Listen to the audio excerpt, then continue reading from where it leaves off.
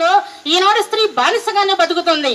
అందుకే స్వాతంత్రాలు పండగలు చేసుకోవటం కాదు, అర్ధ శతాబ్దపు అజ్ఞానాన్ని స్వతంత్రం అందామా, స్వర్ణోత్సవాలు చేద్దామా, ఆత్మ వినాశపు అరాచకాన్ని స్వతంత్రం అందామా, దానికి సలాము చేద్దామా అని అన్నారు సిరివెన్నెల గారు.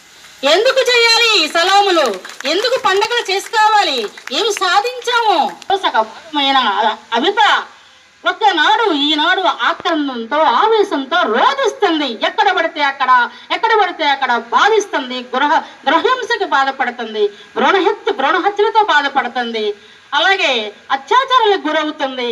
మరి ఇన్నిటికి బాధపడేటువంటి గృహిణి స్త్రీ కావచ్చు, మెను కావచ్చు, గరులు కావచ్చు, అంతా ఒకటే. ఎక్కడ కూడాను సభ్య సమాజంలో మార్పు రాలేదు. కాబట్టి గాంధీ గారు అర్ధరాత్రి ఆడది ఒంటరిగా వెళితే స్వతంత్రం వచ్చినట్టు అన్నాడు. అర్ధరాత్రి ఏమిటి నా మొఖం, పట్టపగల నడురాత్రి పోడే ఏ స్త్రీ ఏ గరులు వెళ్ళలేకపోతున్నారు. కారణం అక్కడ అత్యాచారాలు, ఇక్కడ అత్యాచారాలు, అక్కడ అత్యాచారాలు. పేపర్ వినాలంటే భయం, టీవీ చూడాలంటే భయం. ఇటువంటి దానిలోనే మనం బ్రతికేది. ఇదేనా మన డెమోక్రసీ, ఇదేనా మన పరిపాలన, ఇదేనా మన పాలకులు చేసేది? మనం ఎందుకు ఎలుగెత్తి మాట్లాడలేకపోతున్నాం, ఎందుకు అడగలేకపోతున్నాము? అనేక రంగాల్లో ఎక్కడ సాధించాం?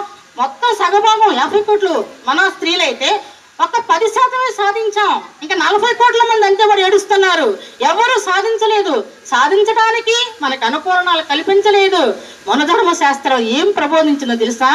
కార్యేషు దాసి కరుణేషు మంత్రి భోంచేషు మాత శయనేషు రంభ క్షమేషు ధరిత్రి. ఏ విధంగా కట్టుపడేశారో చూసారా మన స్త్రీలని?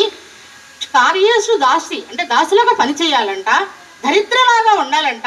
నిజంగానే మన ధర్మశాస్త్రం ప్రకారంగానే మన సంప్రదాయం, భారతీయ సంప్రదాయం అంతా కూడా అలాగే ఉన్నాం.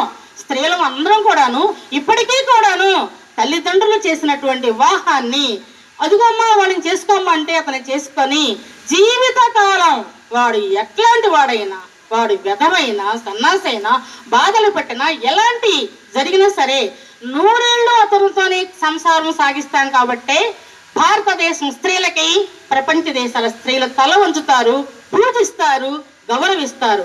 ఎందుకంటే అది సామాన్యమైన విషయం కాదు. ఇతర దేశాల వాళ్ళు 10 రోజులకి డైవర్స్ తీసుకుంటారు, సంవత్సరానికి డైవర్స్ తీసుకుంటారు. మన దేశం అలా కాదు.